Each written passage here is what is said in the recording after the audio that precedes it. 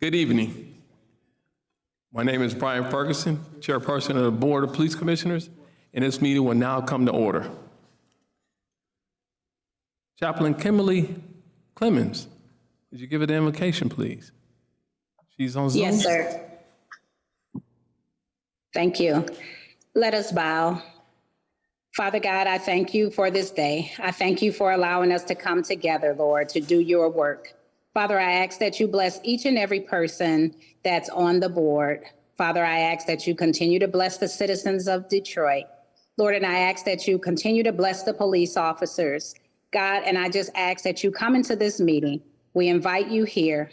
Help us to be on one accord. Help us to listen and to learn and to do the work that you've called us to do. We love you and thank you. Amen. Amen. Amen. Thank you, Chaplain Clemens. Thank you so much. Mr. Brown, introduction of commissioners, please. Chairperson Brian Ferguson. Here.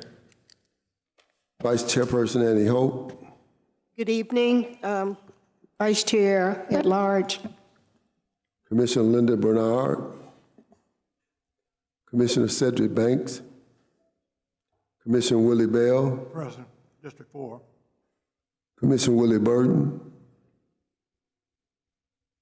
He's here. Commissioner Lisa Carter has an excused absent. Commissioner Ricardo Moore has an excused absent. Commissioner Jesus Hernandez. Commissioner Reverend Jim Holly. I'm always here. Commissioner Quantrez Presley. Mr. Chair, you do not have a quorum.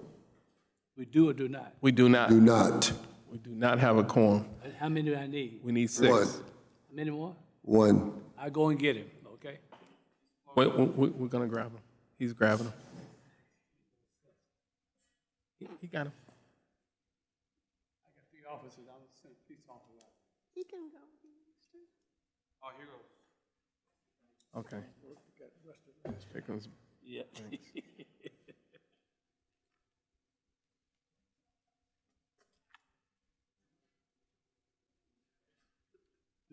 Michigan Banks. Let the record reflect that Commissioner Cedric Banks is here, and so Mr. now Chair, you got a quorum. we do have a quorum now. Thank you. Now I'd like to have the approval of February. Commissioners that came in. Commissioner, I did say, Commissioner did already. Approval of February 9th, 2023 agenda. So move. Second. Any discussion? All in favor? Aye. Aye. All opposed? That motion to approve is carried. Approval for the minutes for February the 2nd, So move. 2023. Second. Any discussion? All in favor? Aye. All opposed? All right, that has been approved. Approval for the closed session minutes for February 2nd, 2023. So moved. Second. Any discussion? All in favor? Aye. All opposed? That has been approved too. Mr. Brown, introduction of BOPC staff, please. Yeah, good afternoon, Mr. Chair. Currently, we have Ainsley Cromwell, Ms. Teresa Blossom, Ms. Janya Underwood, Ms. Candace Hayes, HR Director Katrina Portillo, Attorney Adam Saxby, American Sign Language, Ms. Yokata, and Dr. Stephanie Beatty, Sergeant Alan Quinn doing the audio, media service doing the video, Mr. Don Handyside is a court reporter, and Investigator Ellen Counts. Fantastic. Who do you have sitting in for the chief? Deputy Chief Tiffany Stewart. Well, hello. How are you doing? I'm good, and you, sir? And who do you have here? I have Commander Ryan Connor of the 9th Precinct. We have 2nd Deputy Chief Kyra Joy Hope, and we have his staff. Fantastic. Let the record show that Commissioner Burton has entered. Welcome, Commissioner. Thank you. Mr. Brown, Do we have any elected officials, representatives? Yes, currently, Mr. Chair, we have former Commissioner William Davis, Miss Marie Overall. Check mine. And that's all the VIPs, Mr. Chair. Oh, thank you. All right. Once again, my name is Brian Ferguson. I'm Chairperson of the Board of Police Commissioners, and it's an honor to be here at the 9th Precinct Ford Resource Engagement Center. And right now, I would like to have welcome remarks from the Ford Recreation Engagement Center Director, Justin Kempson. Mr. Kempson, please. Yes, good evening. Good evening. Now, it's a pleasure to have the Board of Police Commissioners Board meeting here again. We hosted the meeting 3 years ago prior to COVID, and so we're excited to have you guys back and happy to see everyone out here. We've been working to get people back into the center. We have a host of different programs that we provide, and all of the services that we provide in this space are free to the community at no cost. Also in Southwest Detroit at the Mercado, just adjacent to the Ambassador Bridge. So there are 2 locations of Ford Resource Engagement Centers here in Detroit, the only 2 in America. And we have everything from free tax services, legal clinics, we have job placement services, weekly food distributions through Gleaners Community Food Bank, just a host and a variety of different resources. We're a space for block clubs and community organizations, and then we do a lot of things for the youth. So after school programs and other kind of one-off celebrations for the youth to engage in as well. So full service in regards to our work in the community. And also, I'm happy, we're also home to Talk It Up Thursdays from the 9th Precinct. It started right down the street, and we were able to bring them over almost 4 years ago. And working with the team, neighborhood police officers, and Ceasefire Detroit to really make an impact on the lives of young people in the 9th Precinct. So for more information about the services that we provide, you can go to fordfund.org to look up our locations. And thank you if you have any questions. Do you have a brochure or anything that we can take with us? I'll email Teresa the link to all of the program information. Appreciate the work that you're doing here. Yes. Thank you. Fantastic. Thank you, sir. Thank you. Wow. This is my first time over here in the 9th Precinct at this center, and I had a chance to walk around, and this is a beautiful center. So if you haven't had a chance to take a tour, I urge you, please come. Like Mr. Kempson just said, we have a bunch of resources in here. So please take advantage of it. And they're free, correct? They're free. Everybody loves free. I know I do. Earlier today, before we got here, myself, VC Hope, and Commissioner Hernandez, we got a chance to go over to the 9th Precinct to see how the renovations is coming. And I'm telling you, once they finish, it's going to be awesome. They actually got a gym in there. That's the first time I've ever seen something like that. Wow, I just can't wait to see it. I'm glad to be a part of that. I really don't have too much to say about my report today, and that's a shocker for me because everybody knows I love to talk. So I'm not going to bore you with any unnecessary business. So we're going to get right down to business. DC. Stuart, Ready? you're up. right. Yes. Through the chair, we'll start with an update on injured officers.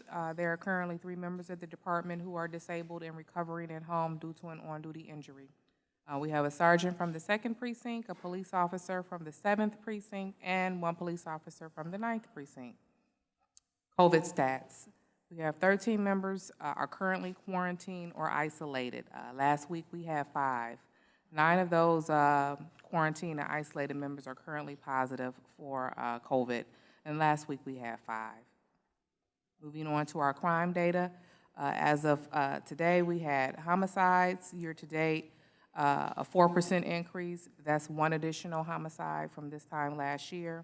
Our non-fatal shootings, there's a 29% increase this year over last. We're currently sitting at 71. In the year of 2022, we had 55, and we're sitting at a 30% increase for robberies for 2023. total Part 1 violent crime, we'll have a 10% uptick from this time over last year. Moving on to our drag racing and drifting enforcement, it has not begun for the year, but it should be starting up probably in March, next month sometime, towards the end of the month, looking at the weather. Mental health-related calls for service. We had, this week in the last 7 days, we had 74 mental nonviolent calls, 35 mental violent armed calls, 127 mental violent non-armed calls. We had 33 suicide in progress and 63 suicide threats for a grand total of, in the last 7 days, 332 calls for service, of which we did service 298 of those calls. Significant incidents. I'm going to talk to you first about a carjacking arrest that occurred Monday, January 30th. Officers were dispatched to the 18,000 block of Winthrop to investigate a police run for a carjacking. Officers spoke to victims 1 and 2, which was the passenger and the driver, who stated they were driving in the victim's 2019 Nissan Sentra when they observed a friend from the neighborhood named Skinny, who flagged them down at the intersection of Winthrop and Pickford. The victims picked up Skinny at the intersection and began to have a conversation. Skinny sat in the back seat of the vehicle and spoke to the victims for a few minutes when an unknown male got into the back seat with Skinny, pulled out a weapon and pointed it at the victims, demanding the victim's vehicle. Both victims exited the vehicle as the unknown male got into the driver's seat and Skinny got into the passenger seat.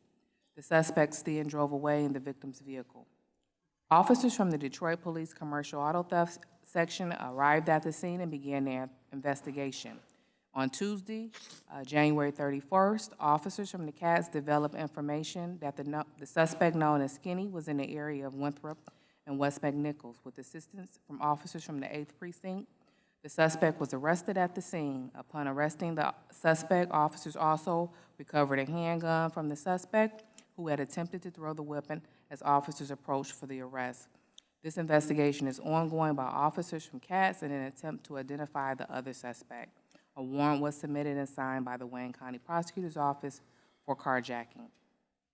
The second incident was the fatal, a 7-year-old died in a fatal arson, a fatal fire.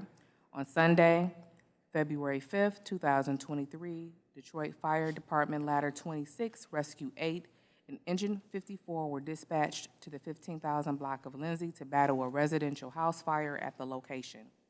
Upon extinguishing the fire, firefighters discovered the victim in the rear bedroom of the location. The baby succumbed to the burns received during the fire. Detroit police officers were dispatched to the location upon firefighters discovering the victim's bodies. While at the scene, officers spoke to neighbors who stated that the victim's mother's car was still in the driveway and that maybe she was in the area. Officers canvassed the area and eventually made contact with the mother. Based on the information received by the officers during their investigation, the mother was arrested for child neglect, and a warrant was being prepared and submitted to the Wayne County Prosecutor's Office. Detectives from the Child Abuse Unit will be conducting a follow-up investigation. Members from arson did go to the location and they did not, and followed up, and they did not find any evidence of accelerants. So at this point, they're probably looking at maybe an electrical fire or whether or not space heaters were in the home and set the house ablaze. Third incident was a fatal shooting on Sunday, February 5th, 2023. Officers responded to the 2000 block of Calvary to investigate a police run for shots fired in progress. Officers arrived at the scene and observed the witness giving chest compressions to the victim as he lay in the street. The witness stated that the victim had been shot 1 time and was not breathing.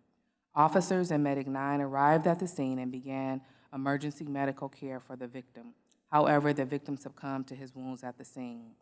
Homicide detectives made the location to conduct a follow-up investigation. It was discovered that the victim and a witness were seated in a vehicle when the suspect entered the vehicle and told the victim to drive away. Once the victim put the vehicle in drive, the suspect started firing his weapon, striking the victim. The witness states that the suspect ran north on Calvary Street and then in an unknown direction between the houses. The witness then called 911 and began to render aid to the victim until the police arrived. Homicide detectives are conducting the follow-up investigation, and the officers are checking every available lead and are asking for the public's help. Anyone with information regarding this incident is asked to call Crime Stoppers at 1-800-SPEAK-UP. And the fourth incident I'm going to talk to you all about is the burglary that occurred yesterday that was on the media. So on Wednesday, February 8th, at about 2 o'clock in the morning, officers responded to the 14,000 block of Matt based on a call from undercover officers from Warren Police Department who observed a burglary crew breaking into 2 locations over there, 2 businesses. We arrived, the vehicle fled the scene. That was a wanted vehicle that had been disseminated in the precinct and across our media relations for other departments and for as well as our DPD as well. We called in air support. We did not pursue the vehicle. We called in air support and followed them to a location in 5, the Jefferson Court Apartments, and we went to the location. They fled inside a location, and we just did a standoff. Speaking to them, we did find out there were 5 children in the home, so we just really wanted to be safe. We took our time, and roughly about 8 o'clock in the morning, they came out of the location. We did arrest 6 adults yesterday, and come to find out they were wanted in a number of burglaries across Metro Detroit. We've got like 5 cities, Wayne County, Oakland County, Macomb County, that they have roughly 60 cases in. So obviously in Detroit, we have at least 2 at this point in time. We're going to be following up with our crime intelligence unit to determine whether or not we have additional ones in Detroit, but we will be submitting our warrants to the Wayne County Prosecutor's Office while the other police departments are cleaning up their investigations and submitting them to those local prosecutor departments in those other counties as well.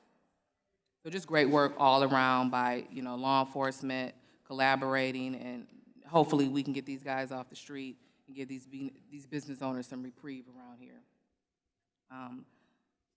Some positives. Chief's Neighborhood Liaison hosts news conference regarding care packages for the unsheltered population on Friday, February 10th. Members of DPD's Office of Workplace and Community Resiliency will host a news conference with outreach services and care packages for Detroiters experiencing homelessness.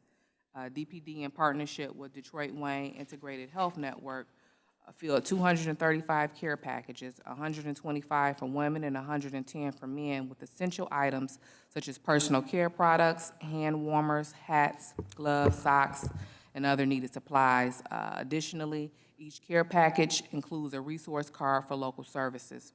The news conference is scheduled at 2 p.m. at Grand Circus Park, located at 101 Witherell Street in Detroit. Following the news conference, members of the Unsheltered Population Response Team will pass out these care packages. And Detroit PAL hosts Detroit PAL Night on Friday, February 10th. Detroit PAL Night will take place at 7 p.m. at the Wayne State Fieldhouse, located at 1290 West Warren Avenue, Detroit, Michigan. Detroit PAL members and the public are invited to celebrate an evening that highlights Detroit PAL programs and members. Detroit PAL participants will be selected to participate in various on-court experiences. And also, the Motor City Cruise basketball team will face off against the Oklahoma City Blue basketball team. So, long report, and that was all I have for today. Oh, thank you. You're welcome. Any questions? Awesome, yes. But before I do, let the record reflect that Commissioner Bernard has entered and Commissioner Presley has entered. Good afternoon, everyone. And Evening. And this precinct is represented by Commissioner Bell. Am I correct, Commissioner Bell? That is correct. Would you like to say a few words in your precinct? Thank you for giving me the opportunity. Yes, sir. I just want to welcome you to the 9th Precinct, part of District 4. Most of us in District 3, but the house, in terms of location, is in District 4.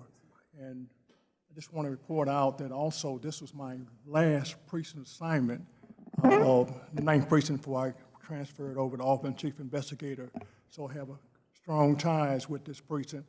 It's a challenging precinct. I just want to say, Commander, I wish you the best, and all the officers. I know transition of NPOs, I used to know all of them. I have to really renew that effort in terms of this year. So I just want to apologize to you. I didn't have to take the time to do that. So we talk about the 9th precinct, but it's still a wholesome people in terms of this precinct. So I just want to commend the people who still engage civil manner in terms of concerns that we have in the community. Thank you for the opportunity to speak. Thank you, sir. All right, now for questions. Commissioner Banks. No, I represent the 9th precinct too. You do? Awesome. District 3, 205. All right, go right ahead. You can have some parting words if you like. All right. Thank you. Thank you, Mr. Chair. I just want to say congratulations to the 9th precinct, the commanders and captains and everything. The 9th precinct have really come a long way, long way, because about a few years ago, 9th precinct 48205 was one of the worst zip codes in the world. But through a great work ethic, hard work, and determination, it has now turned into a respectable zip code and come from strategy, planning, and a great work ethic. Thank you so much. Thank you, sir. Now, do you have any questions for the chief? Yes, I do, Mr. Chair. There was a situation of not long ago, a captain.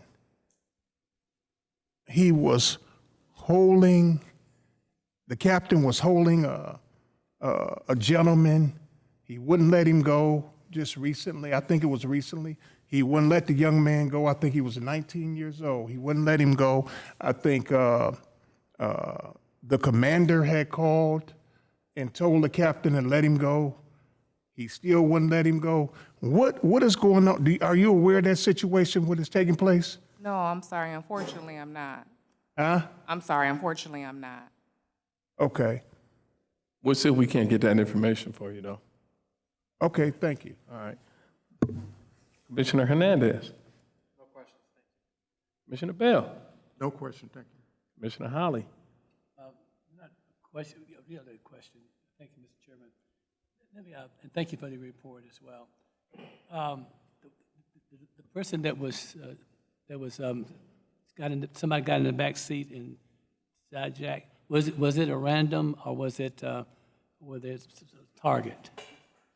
It would appear they were targeted because Skinny did get in the car with him, so he was known to him. Right. What's always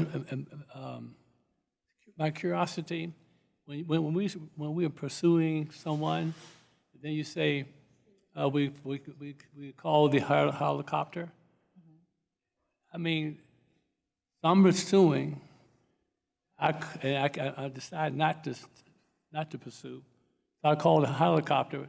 Where the hell is? I mean, where is it? I mean, it's like helicopter is always there or something that he or she can basically tag the person and follow the person to the destination that quick.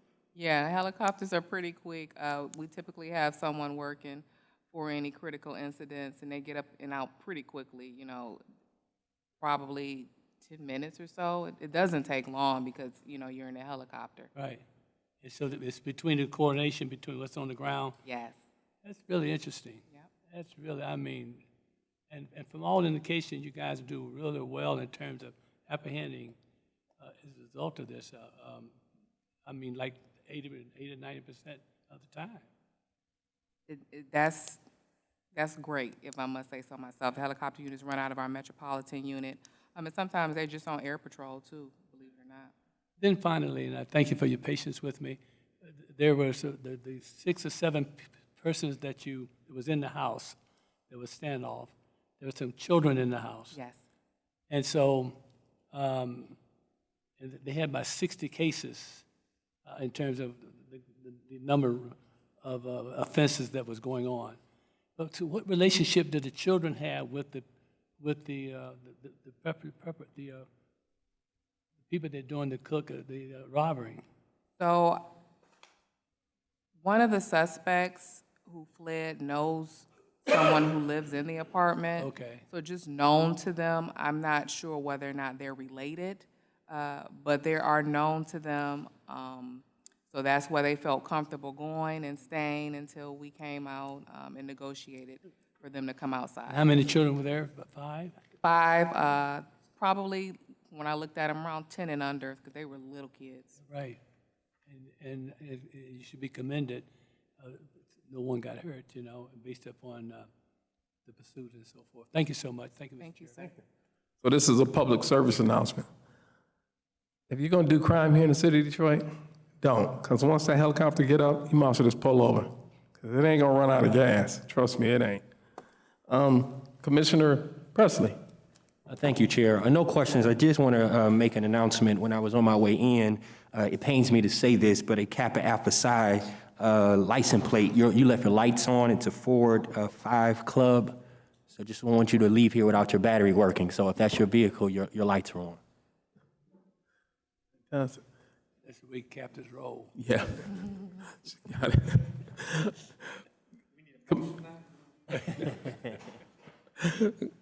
Commissioner Bernard.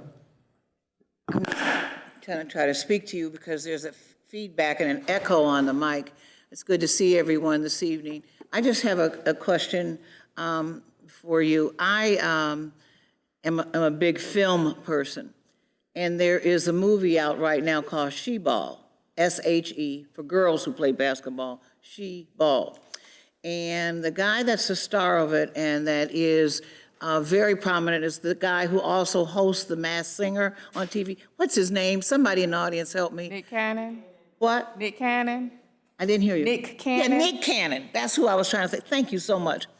Anyway, I watched the movie and I've asked several other people in law enforcement to watch it because the emphasis in Detroit right now has been on juvenile crime.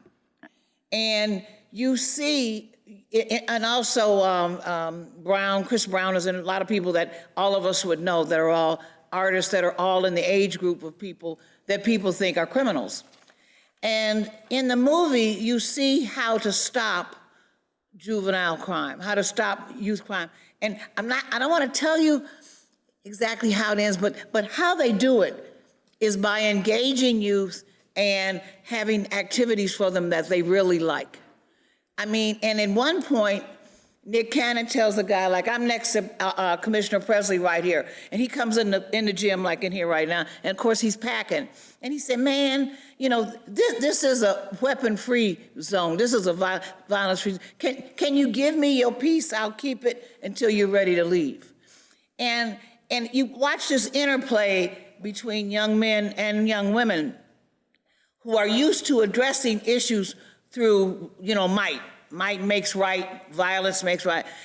And because they can take it out on the basketball court, and I mean, I'm talking about really, really doing it, you see how that releases the tension and how it eliminates the violence that the chief has talked about among juveniles. So I just urge everyone to watch the movie.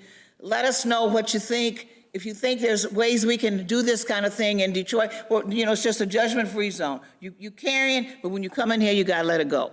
That kind of thing. I mean, it just starts the wheels rolling, and in the end, you'll see how it makes a difference. I won't tell you the end, because Chris Brown is one of the biggest offenders. And you see, but when he has that opportunity to do better through school, through other things, UCLA officer, you see he makes that U-turn. So when we talk about juveniles, it's not just about locking them up. To me, it's about giving them real alternatives. Watch She-Ball. It's on TV, you know, like HBO or Showtime or Star, one of those. But I don't know which one it was. But it's really good. And I hope you let me know if you think it would work in Detroit. That kind of grassroots initiative, not from the police, not from the commission, not from the mayor, not from anybody like that, just grassroots. Thank you. V.C. Hope. Thank you, Deputy Chief Stewart. Thank you, Deputy Chief Stewart. No questions, and appreciate your report. Thank you, sir. Thank you, ma'am. I'm sorry. Thank you. That was a good report. I like it. Mr. Chairman, I would like the Deputy Chief to respond to our program, PAL, Explore, we do a whole lot of great things in Detroit. Could you sort of elaborate? I don't think we need to enlighten people in terms of, we have one of the top programs for juvenile in the country. So we do. We have PAL, and it's a great program, and it's to Commissioner Bernard's point. I think the community should get involved. I think that various organizations and community outreach should be involved in getting and interacting with the children and providing outlets that, quite frankly, we as law enforcement or the commission or whatnot aren't always able to provide. But as law enforcement, we have the brotherhood and sisterhood. Commander Connor will be speaking about that when he come up. As part of his community outreach, we do have PAL. That's a historic program that many children have benefited from, and youth athletes. We have a lot going on, but I do think that there's definitely another arm that we can have and we can provide, and I think she touched on it perfectly. Commissioner Hernandez. Through the chair, and I'll add a tiny point to that as well, which Detroit PAL, to your question, sir, hosts in partnership with Ford Motor Company the Critical Conversations sessions, which are a 6-week, very highly engaging course for youth in that area and really across the city for anyone who wants to join.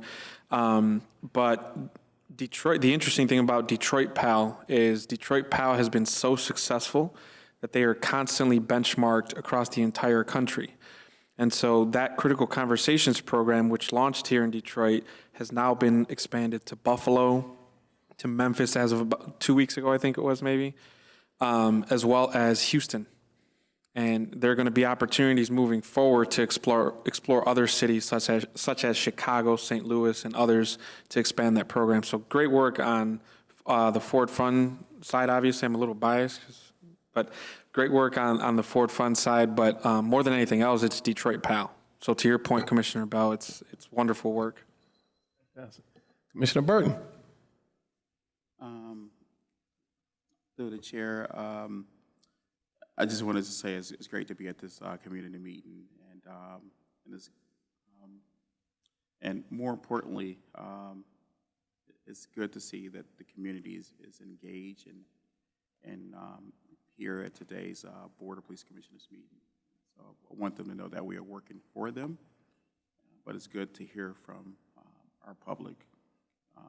It's good to see Lori Parks in the audience from the National Action Network, who also work with our youth over at NAN, along with former Commissioner and Chair of the Detroit National Action Network, William Davis. So they are really working hard with our youth. It's good to hear about the initiatives that PAL is doing. But NAN also has been benchmarked across the country as far as engaging with our youth, turning out the vote, voter education, and so forth. So that's it, sir. Fantastic. Now, from the 9th Precinct Community Council President, is Sandra Turner handy here? Is she here? Yeah, there you are. Could you come up to the mic and say a few things for your beautiful place? Oh, yes. Yes, we want to hear from you. Yes.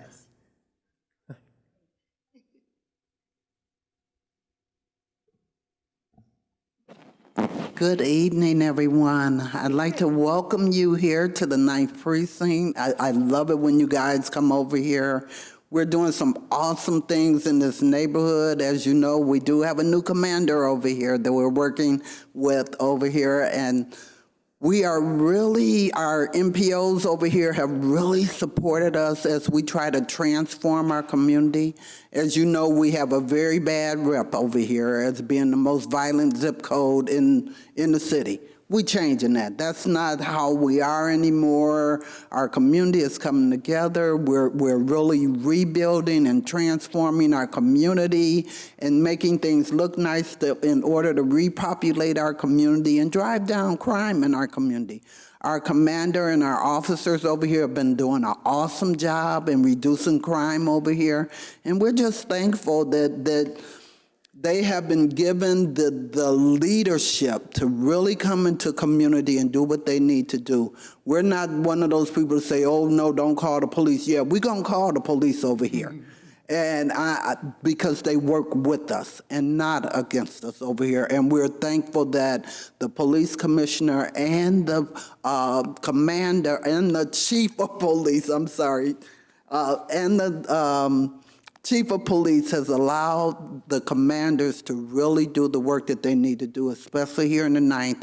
And I just want to say real quickly, I say to everybody, you know, if they come over and they work in the 9th, they say they can work anywhere in the country because the 9th is the training ground. That's just how it is, but that's okay because they learn and they're able to take that knowledge and utilize it throughout our city in order for our city to be safe. And I thank you guys for your leadership in doing that.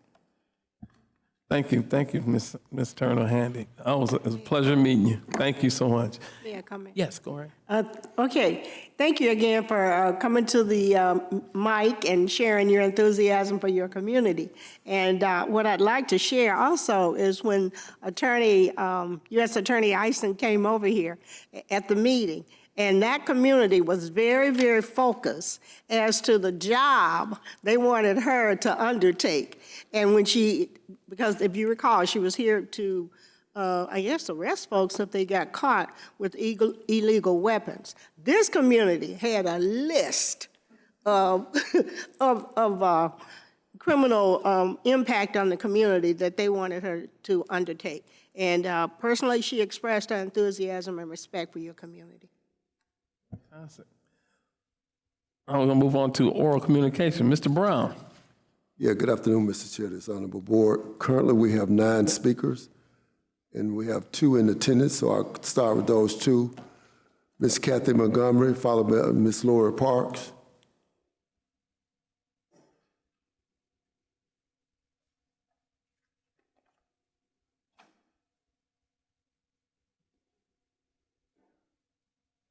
I'm speaking in the wake of a recent murder of a young man by the name of Tyree Nichols in Memphis, Tennessee. And the police officers that were involved in that assault and ultimate death of this young man are being prosecuted for murder and numerous other felonies. I'd like to know what has been done about the murder of Porter Burks in Detroit, Michigan, a month or 2 ago. It was on the news for a week or 2.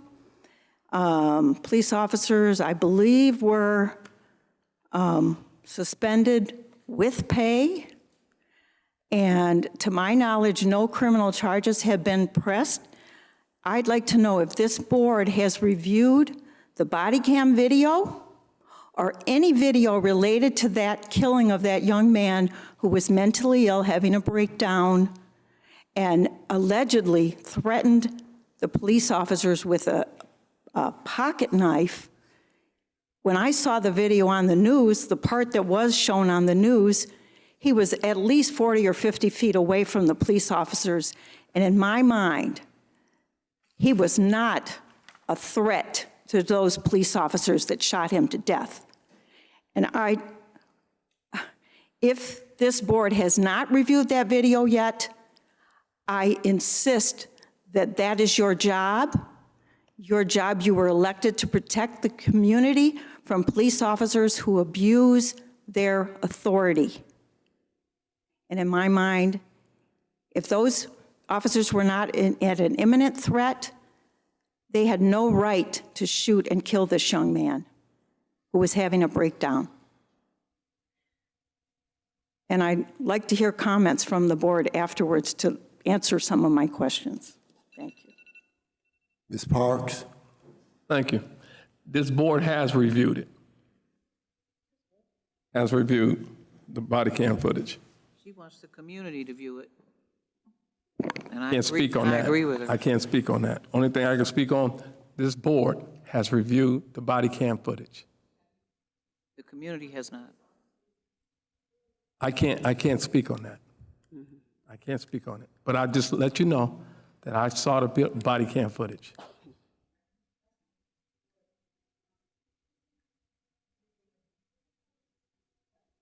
I The can't speak on prosecutor's that. office refused to prosecute. It was it's in- taken to the prosecutor. She Yes. said, It's in the prosecutor's hand, yes. she Go right already ahead. said she wasn't prosecuting. Go ahead. As she stated, so every officer-involved shooting that occurs, a warrant, an investigation is conducted, a neutral investigation is conducted by a task force that includes Michigan State Police. The investigation was submitted to the Wayne County Prosecutor's Office, who declined to prosecute based on the investigation submitted. All of the information that you provided, all the information that you had a concern about was provided to the prosecutor. It was looked at, and the determination was made to decline prosecution on those officers. So they're not going to be prosecuted, none of them? Okay, Ms. Parks, Okay. your time. Good evening. Well, as you know, we have had a case in the past, and it was Malice Green. Malice Green was beat down by 2 racist officers here in this city over 30 years ago now. Those police officers were reprimanded and went to jail. As you know, your current supposed mayor was over the prosecutor's office at that time and fired the medical examiner because the medical examiner would not lie and say that Malice Green died of a drug overdose. So if you don't know the case and you think I'm lying, all you got to do is go back and look. Also, Porter Burks. So I guess none of these officers are going to be charged with shooting him over 20 times. Not only did he get shot, but they shot up buses and other things over there in that neighborhood also. And what I need to know is, I don't hear anybody saying how many new officers are here in the city of Detroit, and do they currently live in the city of Detroit? And how many officers who are already on the force that live in the community where we are right now, that serve on the police force? The meetings that are held here and at the police headquarters, it's not a lot of community involvement. It's always mostly police officers who are attending these meetings. So I don't think the message is getting out as well as it should, because people need to attend these meetings. It's always more, and when you have it at the headquarters, I'm not gonna come to the headquarters where all the police at to file a complaint. A lot of times that's a deterrence for people when they're coming to make a complaint about what's going on with the officers. Okay, that's your time. Thank you. Mr. Chair, your next 2 speakers would be Skrill, followed by Minister Eric Blunt.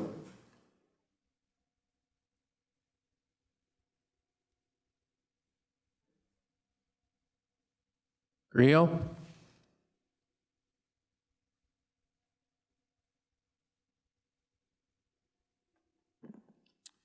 Good evening. Good evening, sir. You have 2 minutes. Yes. So I am Skrill. I go by Skrill. I am an organizer. I work with Force Detroit. We are a community organization. I appreciate it if you identify me as that. The mayor, the city council, the chief of police, everybody identifies me as that.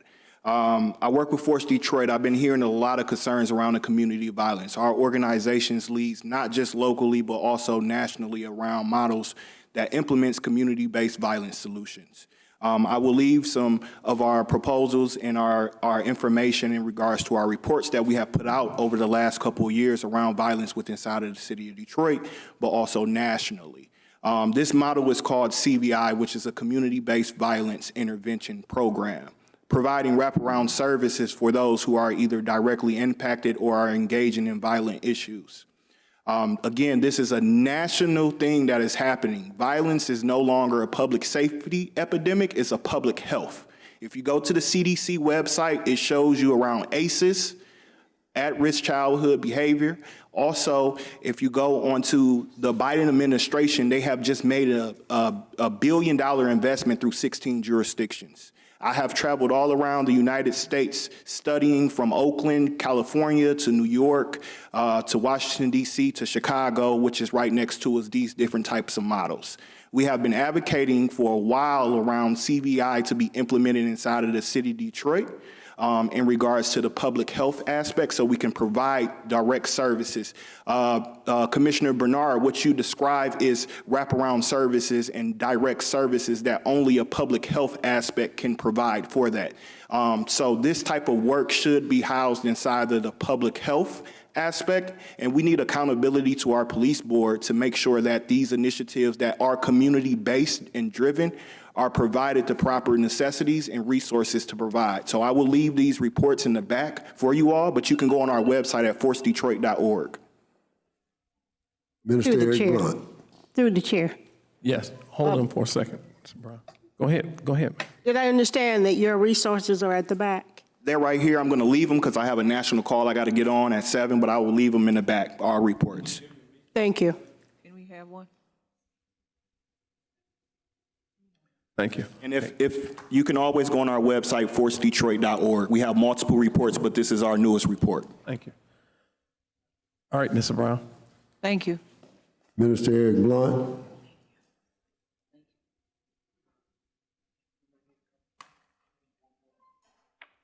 Mr. Blunt? All right, you can keep it if you want to. Can you hear me, board? Yes, we can hear you. Yes, this is Minister Eric Blunt from Sacred Heart Catholic Church. No one really answered the question from the first commenter. What really happened to Porter Brooks and his murder? It is a slick move not to detail what the commissioners saw. If nothing is wrong with the actions of the officers who killed Porter Brooks, then why not publicly release the footage? Something very important is being hidden. People far and wide, young and old, are quick to point out the hypocrisy in the difference between the release of the footage of Hakeem Littleton and Porter Brooks.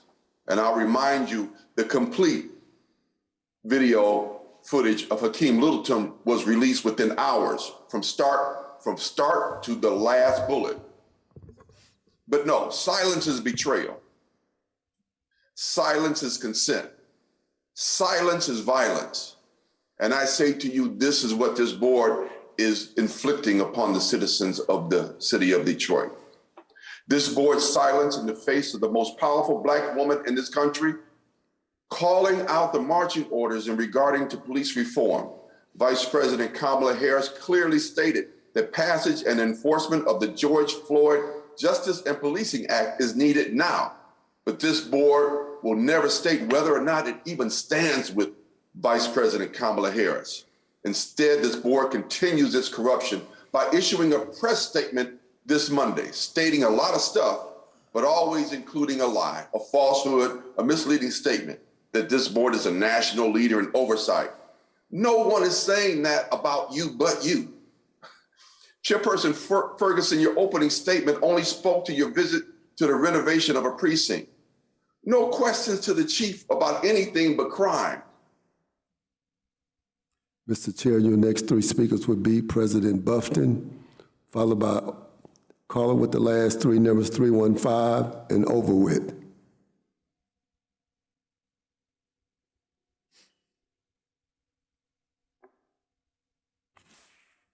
Are you able to hear me? Yes, we can hear you. Go right ahead. Yes, this is President Buffington. I was just questioning the cleanup of the Chalmers Avenue area in regards to prostitution. If there's some information that could be given to the area in regards to the cleanup of the streetwalkers in the area. And to also speak on what the commissioner addressed in regards to the issue of the children in the neighborhood. There are a lot of good suggestions here, but you have people like, I know a young lady that just graduated that's a nurse now. The housing development issue is what's going on with these children. You have a lot of displaced children. She has 5 children with her husband, and they're living in a hotel currently. So that affects these youths. These schools aren't looking into what's going on with the youth at home and the family as a whole. And an environment of playtime and pal and et cetera is not going to resolve the household issue. So I don't think this is the venue. I don't think you all will be able to resolve that with the community affairs that you're speaking on. It's more than a health issue. It's a crisis of home and homelessness that is berating the East Side area and a lot of other areas in the city of Detroit. And I thank you for the cleanup that you have done in this precinct. Thank you. Caller with the last three numbers, 315.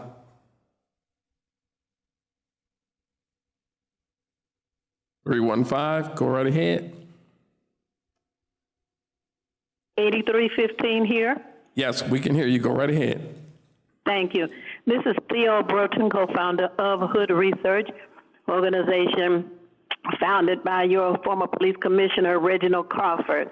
I'm calling because, number one, I'd like to know what happened to the white woman or black children on their way to school. That seems like that's been covered up. Number two, we need leadership desperately. That thing in Memphis, Tennessee, it seems. Secondly, officers who have been in these fraternities are in desperate need of leadership as well. It seems that hazing was carried on into the police department. So you need to look into the leadership in the city of Detroit's police department. And lastly, as it relates to the movie that was spoken about, of course, children are excited about coming to school for music as well as sports.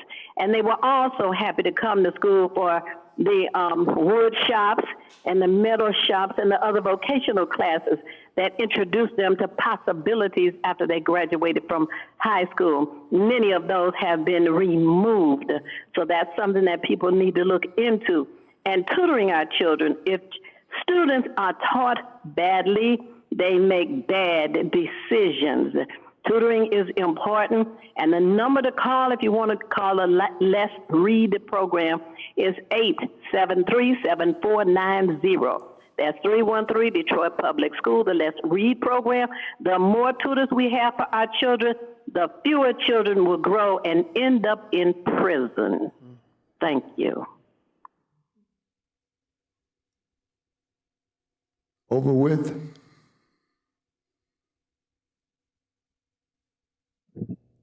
Mr. Oglewood. Yes, we can hear you. Go right ahead, sir. Hear me clearly. Tiffany Stewart, you oversee the third precinct, in the third district, 11th precinct, that's under your supervisor. You're supposed to be the supervisor overseeing that. You know, them jokers that took me to jail at 18 months, 7 times arrested. One guy lying 5 times on video camera lying 911 call twice, and then making false statements to the police. And badge number 4798 signed a petition full of lies, had me committed and confined to the Samaritan Behavior Center for 13 days before I was able to get out that sugar honey iced tea. Well, what Lori Parks and Minister Blunt just said about that, Porter Burks, that's absolutely true. Them officers need to be identified. We need to know who they is out here on the street with badges and guns running around doing all these devilish deeds and then hiding behind the color of authority. Now, I'm going to say this to Willie Bell. You denied me my right to file a complaint at the OCI. I complained that Lawrence Akbar wouldn't take my complaint then, and you told me in violation of the city charter, man. You told me not to do it. And you country preacher, snake oil salesman, Jim Holly, you knew that I sent you emails that never got to you because Melanie White intercepted them, but you never told any other commissioners. You kept it silent. Okay, well, right now, Kanisha Coleman got a tag on her, a suicide. It's physically impossible. By physics, the law of physics says you cannot suicide by gun without gun burns on the wound. That's an absolute. But yet the department got that tag on her. Now, Derek Legg was not called in for his initial investigation until 94 days after the complaint was made for him. You got 90 days to do the complaint. Now, all this has been real talk. Until we get rid of the BS political figures, Annie Hope, Willie Bell, Detroit people are going to still suffer. Mr. Chair, your last 2 speakers would be CAC Chair and former Commissioner William Davis.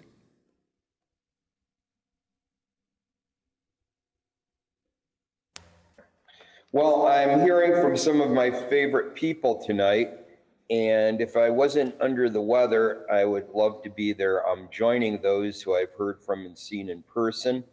And I'm also very happy to hear from some of our dedicated officers here online out in cyberspace. The tragedy of the homicide of Porter Burke is augmented by the additional tragedy of a police department and a board of police commissioners that refuses to deal with this the way they should, and the prosecutor, will call out Kim Worthy too here. You know, I wish we could release the video for, well, apparently commissioners saw it. But I mean, I saw enough to know that this guy had his hands up, he had a small little pocket knife. I don't think he needed 20 shots to be, for anyone to be protected. That needs to be investigated. Why are their names being kept a secret? Secrecy is cover-up. It's a cover-up of a homicide. The fact that Kenesha Coleman's death, who Ruben just mentioned a minute ago, that they keep calling that a suicide when it's impossible, where the physical evidence works against that. That's a cover-up. We need to put the light of day on these crimes. We need to make officers as accountable for crimes as civilians are accountable for crimes, as human beings should all be accountable for crimes that involve hurting or killing another human being. And that's really all I got to say tonight. Former Commissioner Davis. Good evening. I'd like to say a couple of things. First off, I'd like to say we need a greater effort to deal with all of these people that's running red lights, because there's a lot of people running red lights. We need a greater effort to make sure the public is totally aware of what's going on. And when officers are involved in shootings, their names should be released. That should be public knowledge. It's like whatever salaries people, you know, that work for the public make, that's public knowledge. Also, my main point of calling in, you know, I believe that everyone that puts in for board secretary and chief of OCI should be able to know that the whole board looks at all the applications. I know I just got a call from a former judge, Brenda K. Sanders, that says that she hasn't heard anything back. She put in for the office of chief investigator. Each board member should see the total package, everybody that put in, and the board should interview in public 3 people, at least 3 people for each title, and that should be done in public. You know, when y'all start having these backroom deals and you have appointees making decisions that y'all only want to see one person, that's wrong. And y'all open yourself up to more potential lawsuits. In fact, I may be involved in a potential lawsuit if y'all don't start acting right. Thank you. Mr. Chair, that was your last speaker. Thank you. Through the chair. Yes. I just want to address 2 public comments that were made. One was actually echoed from last week's meeting, which is around the board's support of the George Floyd Justice and Policing Act. And so just for a public point of information, this board did pass a resolution in support of the George Floyd Justice and Policing Act, correct? Yes. Okay, and so let that be known to the community. And then secondly, there was a public comment relative to housing insecurity and the unhoused community that are amongst our children. And that is absolutely an essential and necessary issue to have our focus. But I do want to let you know that, at least from my understanding, Bishop Corletta Vaughn, who is the member of the Detroit Public School Community District Board, has placed specific interest in the unhoused and the housing insecure children, providing them with a number of resources. Now, while that is not enough, I do want the community to know that there is elected officials who are focused on this issue and try to do their best to mitigate it. Thank you, Chair. Thank you. You're welcome. Now we're going to have a presentation from the Human Resources Bureau. Ms. Patello, you're up. Good evening. Through the chair, I'll be presenting the human resource report for the month of January. So I did provide slides because I think one of the comments last time was the audience could see, but you all couldn't see. So I gave you, in front of you is a copy of the slide presentation that the audience can see. So the report's going to cover the departmental staffing, personnel, and when I say audience, it's the audience that's on the Zoom. So I realize there's not a screen in here. The report's going to cover departmental staffing, personnel, recruiting, and recruiting initiatives. And then your packet that you were emailed has additional demographic information. So next slide. Next slide just goes over the current departmental staffing for January.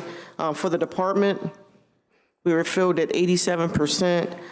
For the sworn officers, we were filled at 89%, vacancies 11%, police assistants 70% filled, and vacancies 30%. And then for civilians, it was 83% filled, 17% vacancies. Next slide. Next slide should be the fiscal year data from January 1st, 2022 to July 1st, 2022 to January 31st, 2023. So during that time, we had a total of 2,783 applications. 52 were in processing. 161 applications were withdrawn. 1,428 applications were archived for various reasons. It could be lack of interest. It could have been waiting on information. 322 were temporarily disqualified, 370 were permanently disqualified, 229 were waiting on MCO's testing, and 18 were archived. And during that period, we hired 84 personnel. Next slide. Next slide is MCO's testing for January. For the written test, 59 were scheduled, 51 appeared, 33 passed. That was a 65% passing rate. 18 fell, 35% failure rate, and 8 no-shows. For the physical agility, 215 were scheduled, 108 personnel appeared, 60 passed with a 56% passing rate, 48 failed, 44% failure rate, 26 were rescheduled, 1 withdrawal, and then 80 no-shows. The next slide should be the total new hires for the month of January. 24 sworn were hired, 11 civilians, for a total of 35 new personnel. The next slide covers the Detroit residency. I believe there was a question on how many Detroiters do we have. So for January, for Detroiters sworn, we had 529 personnel, 409 civilians, 15 police assistants. For non-Detroiters, we had 1,792 sworn, 231 civilians, 23 police assistants. And out of those hiring rates, 5 Detroit residents were civilians, 4 Detroit residents were for new hires for sworn. Next slide. Next slide should be your attrition slide. For January, we had 15 personnel that separated. I have another slide that's going to talk about the trends that we're seeing downward. 12 civilians separated for a total of 27. Next slide. So for leave of absences and restrictive duty, for FMLA continuous, you'll start to see that we are trending downward. For sworn, we had 14. For FMLA intermediate, we had 61, medical leave 3, military leave 3, 163 were restricted, 27 disabled, 17 sick. And then for our civilians, we had 5 civilians, FMLA continuous, 48 FMLA intermediate, medical leave 6, 12 restricted, 1 disabled, 3 sick. Next slide. The next slide should show your monthly separations. We had 15. So as you can tell, I have another slide. You'll start to see that since the contract negotiation, the separations has gone down. 15, and that's where we want to try to keep it at for each month. 15 separations, 11 were police officers, 1 sergeant, 2 lieutenants, 1 detective. And then we had 19 suspensions, 17 police officers, 1 corporal, 1 sergeant, and 542 personnel in the drop program. If you go to the section that says sworn separations, and right after that, it gives you the 2022 data versus the 2023. You'll see that the contract renewal was between September and October. As you can see, we peaked in August. We had 39 separations, September 33, and then in October, we had 27, November 15, December 20, and then if you see the light blue chart, we are now in a new current year. We had 15 in January, and currently right now, we have 6 in February. Next slide. So the next slide should be separations to other departments. That is a large topic that everybody's interested in. So that slide just gives you a depiction as to where we are and how we're trending down. You will notice that in September, we had 25 personnel that separated to other departments, August 23. In October, we started to trend down, 12 in October, 6 in November, and 6 in December, 3 in January, and as of February, 1. So the contract negotiations are working. If you go to the next slide that says sworn appointments, basically new hires, from 2018 to 2023, you'll see that the highest year was 2019 with 304. In 2022, we had 234. In 2023, we had 24 in that group, and then we've had our first lateral. You go to the next slide, you'll see the student police officer summary. We have a total of 134 students out of 146 that are in the academy right now. So we have 5 classes that are there. The intent is to put a class in every month, and we will have a class that will graduate. The next class will graduate February 17th. Currently, right now, there's 29 students. The class where it says to be determined, that's the class we just put in January. They will be graduating in June. We just don't have the official date. The next class will start February 27th. We will have approximately 30 plus. That does not include the reinstatements. And I'll tell you that before this meeting, we had 3, and 5 other reinstatements were just approved. They were returning from River Rouge, Livonia, Roseville, Oakland County Sheriff, and I forgot the other place. So currently we have 60 personnel in background, 24 in background, pre-background, and 70 in standby. Also with that January class, the governor published the Public Safety's Academy Assistance Program where you could receive up to $4,000 for up to 25 students that will come back to the department. So 22 out of the 24 that started their January class were eligible for that grant. And then we have 3 that will roll over into the February class. Next slide. Next slide should show 2022 to 2023 reinstatements. Since the contract renewal, we have received 44 requests. We've hired 14. To the chart to the left, you'll see the number of requests per month. And then to the chart to the right, you will see that 14 are approved, 5 have been denied, 23 are in processing, 2 are withdrew. 5 of the 23 were approved by Chief White today. Totally, they've come back from Taylor, Livonia, Farmington Hills, Westland, Ann Arbor, Atlanta, and then the private sector. So as you can see, even in 2022, we received the highest number of reinstatements since 2014. If you flip to the next slide is the hiring projection. So my goal is kind of lofty. With this contract renewal, I'm going to be confident.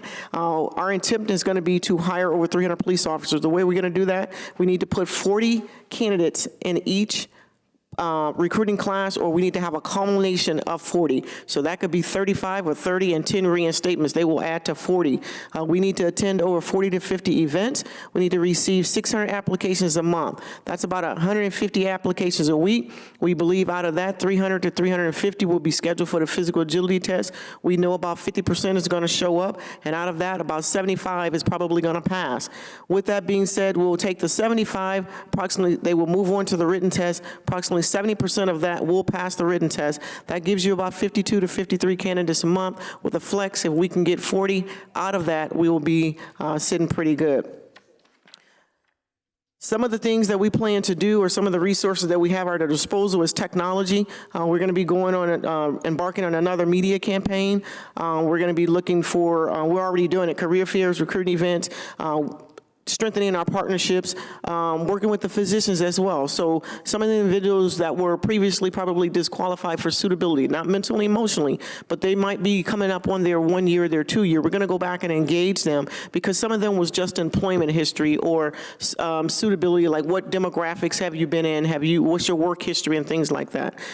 Education, as you all know, we have Cleary University. We had over 100 students that graduated last May. Well, currently right now we have 254 that is then Cleary University. Approximately about 40 is receiving their master's degree, the rest is receiving their bachelor's degree, and it's also applicable to the civilians as well. So reinstatements, as I already said, is a big hit right now, and then the lateral transfer program. So we're going to be heavily marketing that as well. The last slide, or I believe that might be the last slide, shows you our partnerships. So if you look at the current partnerships on the left, those are partnerships that we already have in place, and then some of our future partnerships are on the right-hand side.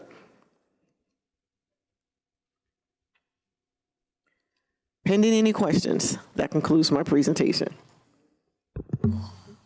DC Hope. Thank you, Human Resources, Patillo. Another awesome report. Now, I know you're familiar with the Public Act 1 that was just passed by the governor, mandating that Michigan police officers now have additional training. Now, when is that training? And I know it's post-academy. So with those folks coming out of the academy, once they're out, will they be required to take the additional training? And along with that whole discussion, will members of the DPD executive ranks, will they be required to take the training as well? So I can't per se answer that. I don't know if DC Stewart can, but I do know one of the things that they were going to put into place over the academy is after they graduate, they're going to get another set of training where they're going to be going to different areas within the department. And I don't know if DC Stewart can elaborate on that. Yep, through the chair. So each officer is required to go to 40 hours of training twice a year. Okay. And that covers a variety of topics, including firearms training, diversity, equity, and inclusion training, just a number of topics, and 40 hours twice a year. In addition to this training, or as it is today? I'm having the impression that this is new training that law enforcement members are required to take. So I'm not aware of the training that you're talking about. I'd have to look into that to see if that's on top of, or if that's the training that will be included into the 40 hours that they already take. I'm unsure. Okay, thank you. Mr. Chairman. Yes. My understanding that police officers in the state of Michigan is required to have that training. DPD is to lead the country, and once again, in terms of training, those 40 hours, since we're on the consent agreement, in terms that we have complied with that process. We ahead and shoulders, but it's going to be additional funding for that, so that's a key part of it. Thank you. Yes. Commissioner Bernard. Just a very good report. If I could make one recommendation, it would be that you number the pages in our book, so when you move from page to page, I'll know where you are. You move quick, so I just need the reference, like the page number. I could do that. Helpful. This other one, maybe next time we could do it on big paper so you can read it. You can't read those little, it's really hard to see. I didn't want to burn a whole lot of trees, but if you want single pages, I can give you single pages. Okay, but my question to you is you indicate in your report that 229 people are awaiting MCOLS testing. That means they've already passed through all of your stuff, all our stuff.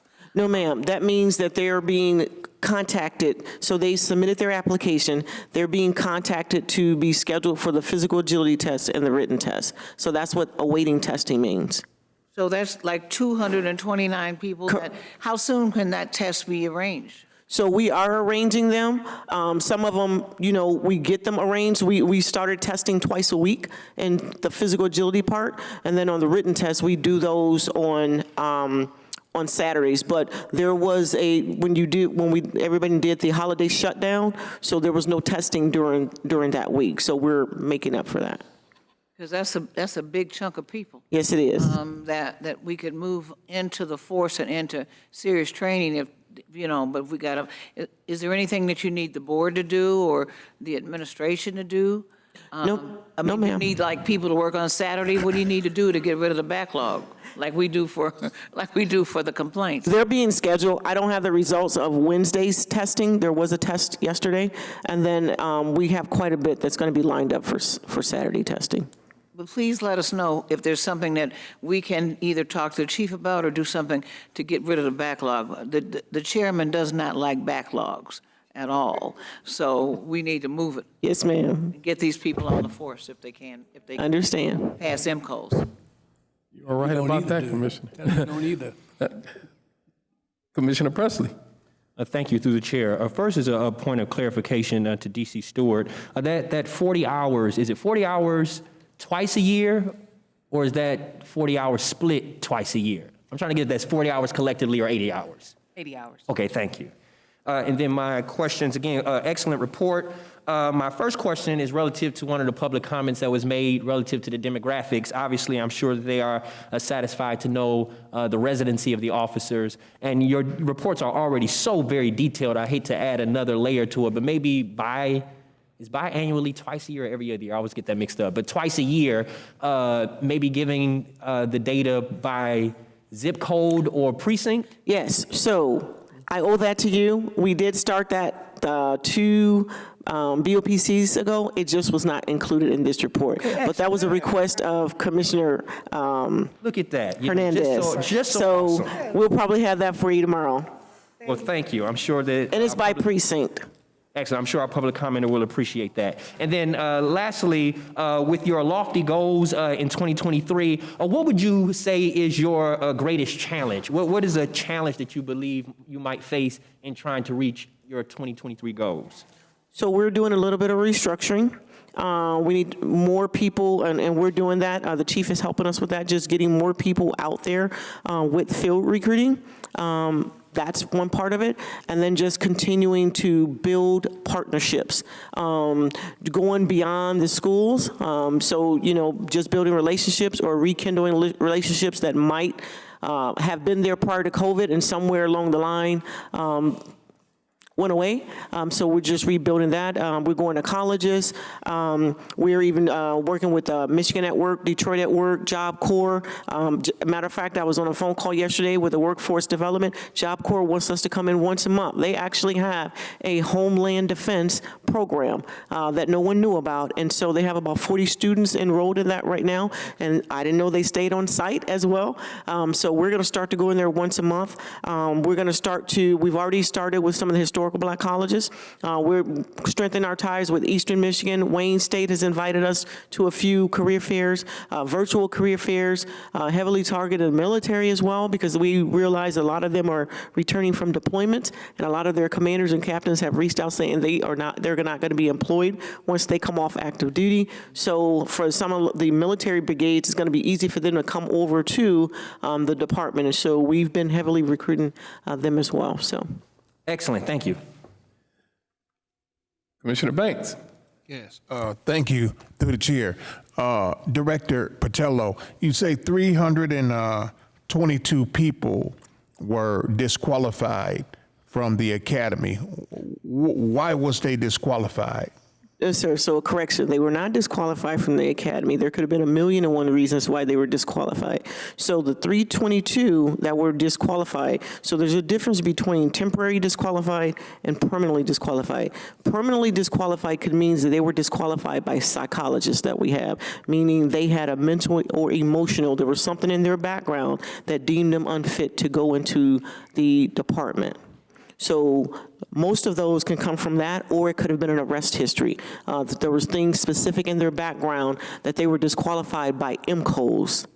So that's part of that. A temporary disqualification could have been, at the time, it could have just been disqualified. Suitability could also fall into that category as well. So a lot of times when the psychologists disqualify you, they can either go mental, emotional, or suitability. Suitability could have been they found that you were immature, or they found that your employment history was not that great. Mentally, emotionally, meaning there was something mentally they found that you were not going to be able to make it in. So if they were temporary disqualified. Temporary means that there was a, like a 1 year, they might have had a 1 year disqualification or 2 year disqualification. So if those Okay, individuals, got it. that's one of the comments that I made, that if they fell into that parameter, if they're up on their 1 year or 2 year, those are individuals that we're going back out to if those were the reasons, and we're reattacking those individuals to see if they're still interested to come back to the department, and then we'll get them back through the Got it. pipeline. Appreciate that, Director Patello. Good job. I'm all set, Mr. Chair. All right, thank you. Commissioner Holly. Thank you, Mr. Chairman.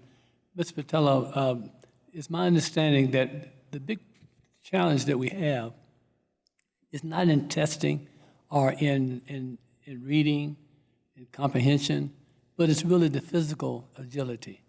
Is that right or wrong? So as of now, we're doing pretty well with our physical agility. One of the things that we did several months ago is we used to take the written test and the physical agility test on the same day. We changed that. We put the physical agility test first. We have to pay for each one of those tests. So on the front side, the written test, we have to pay for that up front. So whether they show or don't show, the physical agility, we pay if they pass. And so what we started doing was, that's the reason why we created a third category, which we call standby. We give them the opportunity to come take the physical agility test. If they fail, we put them through the program where we have someone in recruiting who works out with these individuals, and then we put them back through the pipeline. That's great. That's really great. Thank you, Mr. Chair. Commissioner Hernandez. Commissioner Burton. Yes, Mr. Chair. Yes. Ms. Patello, from an HR standpoint, when it comes to hiring officers or civilians, or even on executive level of management, can you explain normal processes for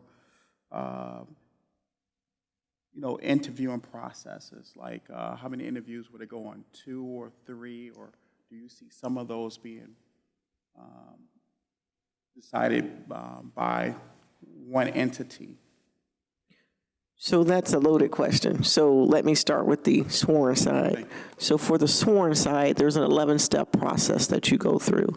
So you go through the application, they start the lien process on you, basically a preliminary background check. From there, you go to a written test, you go to a physical agility, then you go through an oral board. That oral board is trained, and that is all made up of the police officers from various ranks, all the way up to commander. Once you make it through the oral board, then there is a written psychological test that is given. Then you go see the psych, then you go to medical, and then you go through live scan, which is your fingerprinting. Then there's some individuals that might be, that need a discussion. There's an executive board panel that is held by the leadership. That's the sworn side. So there's one oral board, but then there's a plethora of things that they have to go through. On the civil side, you have civil service jobs, and then you have jobs that are appointed at the discretion of the chief. So the civil service jobs, more than likely, you're gonna have to take a test. If you pass that test, then you go through an interview. There is a panel for the interview. Those panels are made up from the SMEs of those departments and also the human resource consultants. Once that is determined, there's a scoring. That scoring goes back into the system. Testing and development gives us the test. So there's not a test that HR produces. That test comes from the city of Detroit. Then there's things on the civilian side where it could be education that they look at. There's points for that. Military service, there's points for that. Experience, there's points for that. All of that information is put into a database, and there's a ranking that is given out. So then there's a ranking that before hiring is made, there is a ranking that you have to look at. So it's not like somebody can jump over the other person. For the appointments, they're more than likely, there's not a test for those jobs. And when I say appointments, those are your task positions. There's your executive secretaries and your administrative assistants. Those are appointed at the discretion of the chief and they're de-appointed at the discretion of the chief. So that does require an interview, and then the chief signs off on those. Thank you. And what about on executive management positions, or if your office was looking to hire someone with certain executive positions?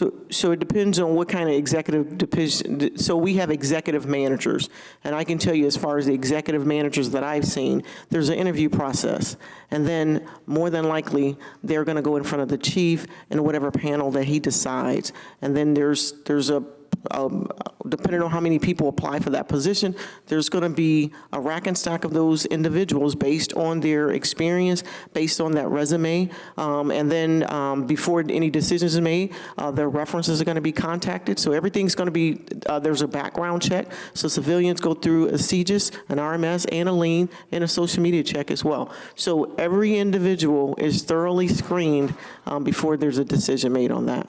So do you see two interviews, at least 3 or possibly more interviews when it comes to the executive positions for the city?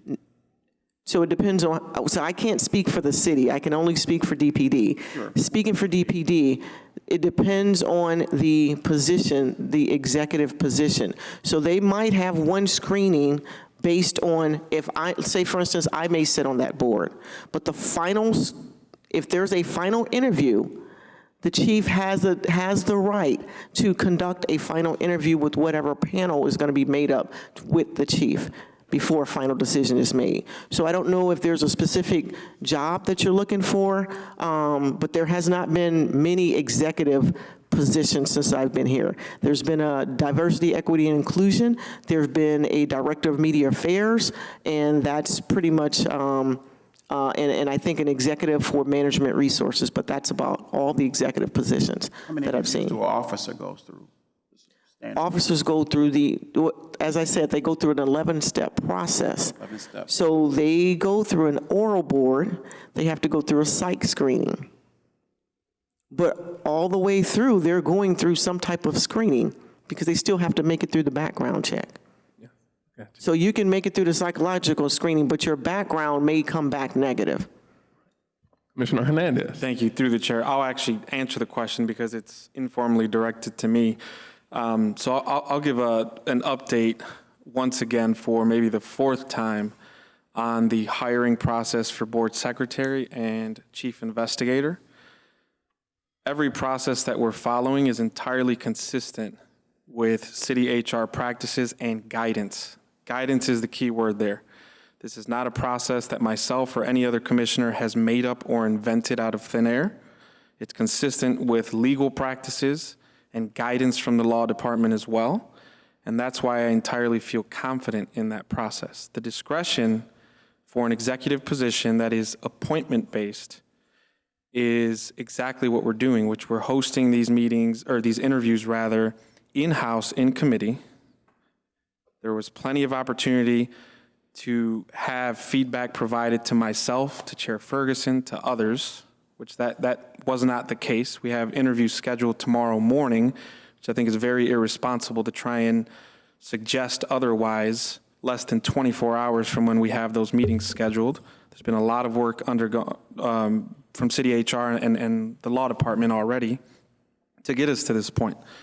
And so with that process laid out and with us executing on that process, we're going to fill these positions in a manner that is legal and consistent with the policies that are in place, not that I invented, but city HR.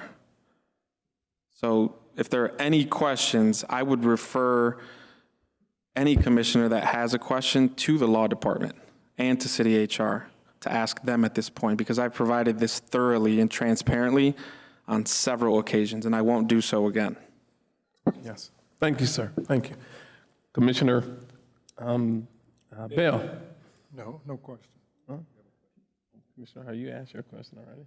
Ms. Patello, thank you as always. No, I have one. The lateral, is it lateral from a department outside of us and came over? So there's two things, a reinstatement. Say, for instance, if they were DPD, left DPD, went to Livonia, that's a reinstatement. A lateral is they've never served time with DPD. So if they just did like Livonia, Taylor, and things like that, and they wanted to come to DPD, that is a lateral. Okay. And then you have out-of-state laterals. Thank you. Chairman, I have one quick question, if that's okay. Yes, go ahead.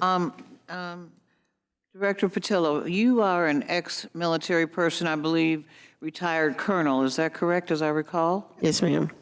Lieutenant Colonel. And so my question to you, because you bring a level of experience because of your military history that is different from other HR directors. My question relates to officers who have been involved in officer-related shootings. Do you think, since you're in charge of training and everything as well, do you think that when an officer is involved in a shooting, that maybe it might be a good idea to bring them back to do some, even though I'm not saying whether it's justified or unjustified, that's not the issue. The issue for me is that the department makes every effort to de-escalate situations, but just assume that obviously it didn't de-escalate. Do you think that additional training when there are officer-related shootings would be helpful? So there's a correction. So I am not overtraining. Officer professional development is overtraining. Your professional opinion? In my professional opinion, should officers receive training? If they're involved in a shooting, just come, just like a refresher, you always learn more things the more you talk about it and do it. Yeah, so I would refer that to DC Stewart.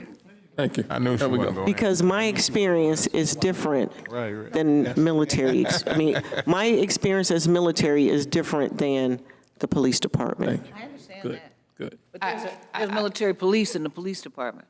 I mean, in the Wait, army. hold on. Go ahead. Through the chair, I would submit that there would be a need for training if upon review of the officer-involved shooting, you notice any policy violations or any tactical issues of concern. So when you see issues like that, officers definitely would need to be retrained. And also, I just, as a point of clarification, because I misspoke earlier regarding the training, it's 40 hours of training, and the range is twice a year. I'm thinking of the 4 officers that shot the young man that had the 3-inch knife. To me, they could use additional training, just as an observer, as a member of the community, because as you've heard, people think that was inappropriate, even though the prosecutor found no responsibility. That's different from us. We have the ability to have the best and the brightest and train for that. So that's why I said every time there's wouldn't be retrained. an officer-related shooting, I think their additional summer training would be appropriate. And Ms. Bernard, they may be retrained. We do have tactical reviews of all officer-involved trainings, and we just really unpack them and go through it for a T. And sometimes you see issues that need to be retrained. They need to be debriefed, and oftentimes the training academy will come in and make different recommendations and retrain officers in certain things, just as a FYI. Okay, thank you. It should be Thank you so mandatory. much. Thank you, Ms. Patillo. Thank you. Through the chair. Oh, yes.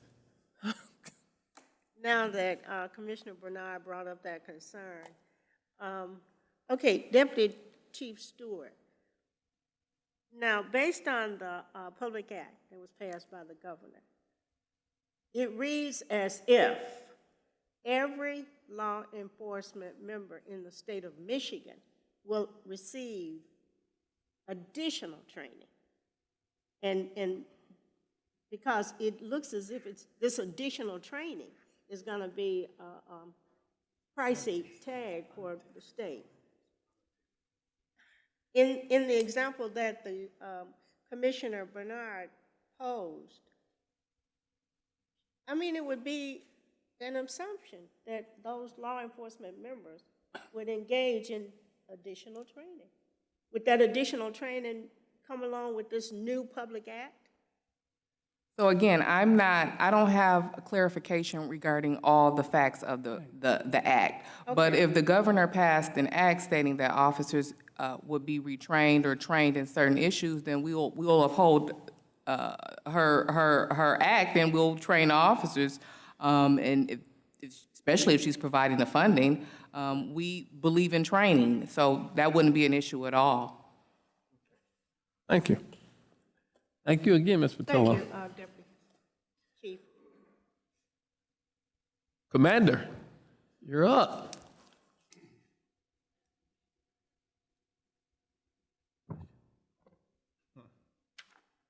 Tell us who you are and where you're from, sir. Good evening. I'm Commander Ryan Connor. I'm from the 9th Precinct. I'm here to present for the 9th Precinct. I brought with me tonight Sergeant Addison and Sergeant Kraus from 9th Precinct Special Ops, NPO Kraszewski and Officer Woolen, and NPO Gardner and NPO Mitchell. So to begin, I want to talk about the 9th Precinct weekly crime stat comparisons. So to begin, we've had no change in homicides through the last week, and in fact, we're down 57% on the year. CSC 1 and 3, we've had no change over the week, and we're down 11% on the year. Aggravated assault, we've had no change over the week, and we are actually up 17% over the year. Robberies, we've seen a significant change, and I'll talk about that in a little while. We've had 6 armed robberies over the week versus 1 last week. That's a 500% increase, and we are up 83% over the year. So for property offenses, we've had 8 this week, and that's consistent with last week. Larcenies, we are actually down 80%, and that's primarily due to a lot of focus in 910's area and 97's area, where we had the focal point in larcenies and stolen vehicles. Our motor vehicle theft, we're up 10%. That's 21 this week as opposed to 19%, 19 last week. So for total property crimes, we're actually up 20% on the year. Further breakdown of our year-to-date statistics. The 9th Precinct has an overall decrease of 12% in major crimes. We have an overall decrease of 36% in reported violent crimes over the past 28 days. We have an overall decrease of 2% in property crimes over the past 28 days. And we've had 8 non-fatal shootings compared to 7 non-fatal shootings last year. So that's a 10% increase for non-fatal shootings. 2 of those occurred as of last night. We have 1 in custody, and we have a good lead on the suspect from last night. Arrest is imminent. Aggravated assaults, we have 100 year-to-date in comparison to 85 year-to-date in 2022. That's a 17% increase in aggravated assaults. More than half of these assaults are domestic violence in nature. Less than half have a firearm nexus, and none of these aggravated assaults have a gang nexus. Breaking down by scout car area with aggravated assaults, a significant amount of these happen in Scout 97's area, and that's 21%, followed by 911's area, that's 15% of all aggravated assaults. Homicides, we have 3 year-to-date as opposed to 7 year-to-date last year. That's a 57% decrease in homicides year-to-date.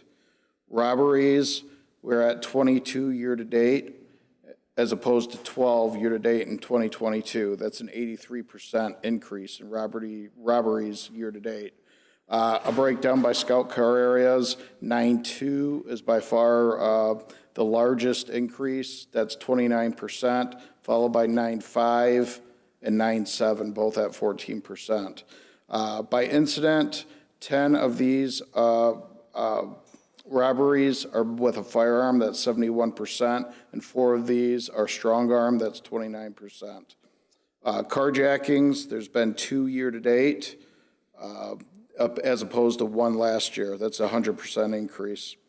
Our strategies have had an impact on homicides and non-fatal shootings. We've had a decreased year-to-date. Additionally, a 2-day operation has commenced tonight through tomorrow night There will be a focus on further investigation of firearms offenses. Our current trend in the 9th Precinct is obviously armed robberies with the 83%. The spike in robberies are being addressed, and there has been an 18% decrease in incidents over the last 14 days. In a collaborative effort between multiple 9th Precinct units, a suspect was recently taken in custody for an armed robbery at a dollar store located at 11525 Hayes.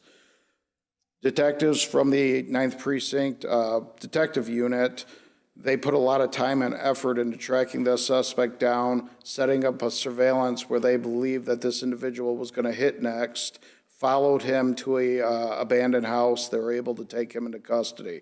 Their thorough efforts and their interrogation, they were able to find out that he confessed to a string of Family Dollar robberies, and that was 5 in total. So we were able to close out 6 Family Dollar robberies with his arrest. Some of our precinct strategies include our continued investigation and follow-up on priority ShotSpotter locations with an overall goal of 100 search warrants for 2023. A prioritization of ShotSpotter locations, those that include an automatic weapon nexus, multiple guns, and convicted felons registered to the address. Currently, 10 ShotSpotter warrants have been conducted year to date with 4 felony arrests and 10 weapons recovered.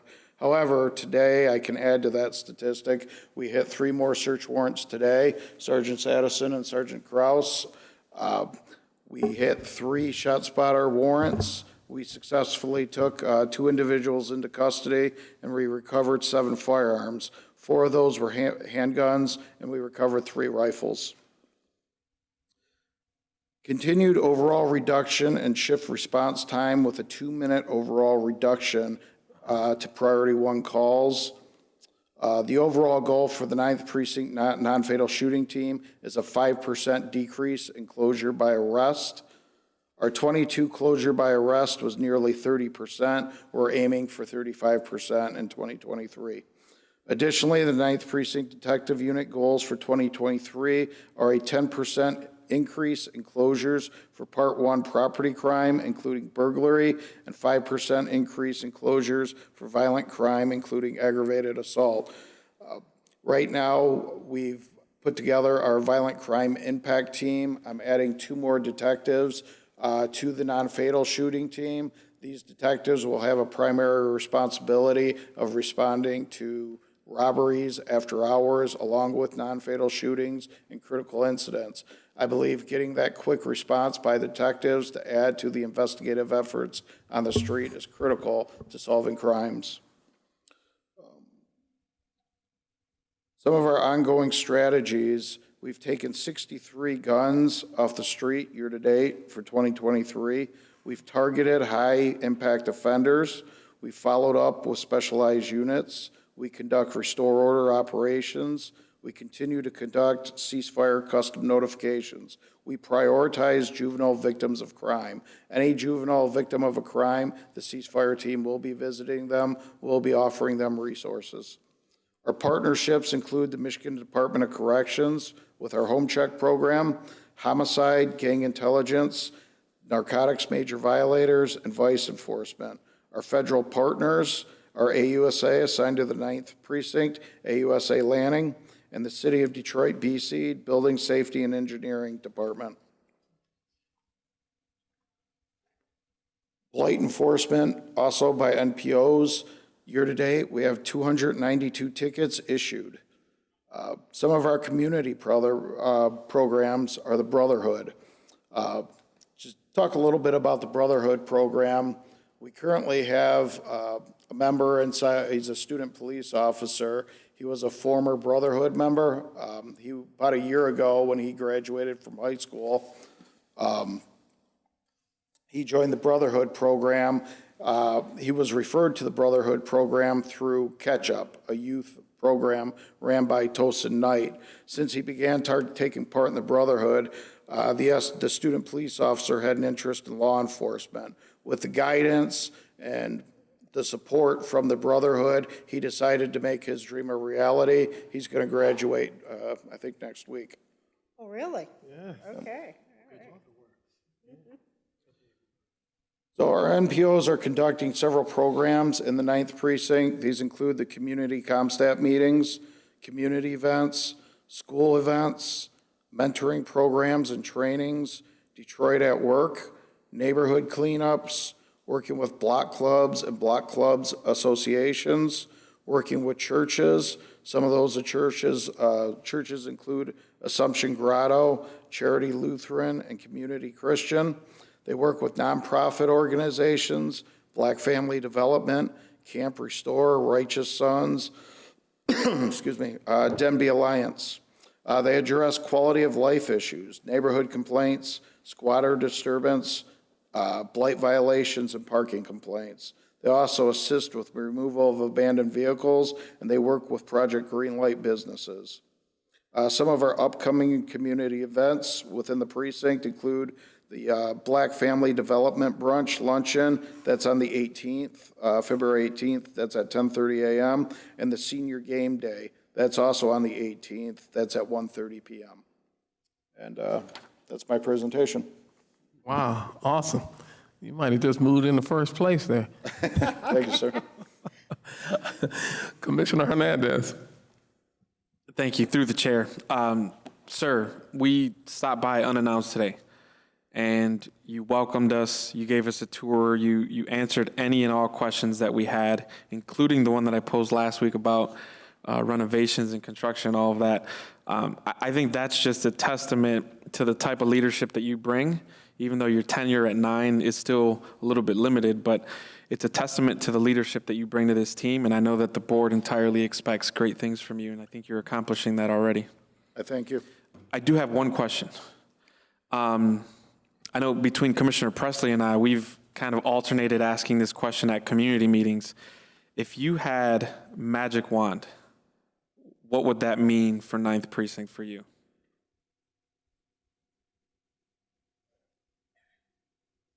It's a tough question.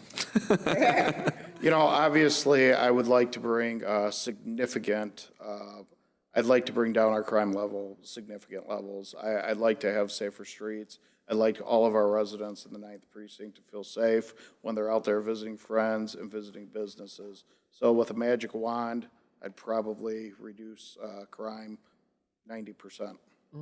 Thank you. Good. Commissioner Bell. If I was the commander, I would say manpower. Manpower. Because I'm old school. The more you saturate the precinct in each scout car area, you have an impact hand-on. You get to know that area. You probably know that in terms of, you're not old as I am, you know, but manpower is the key. But when I look at these stats, I think something is missing. You mentioned 63 guns. Yes, sir. Confiscated. Yes.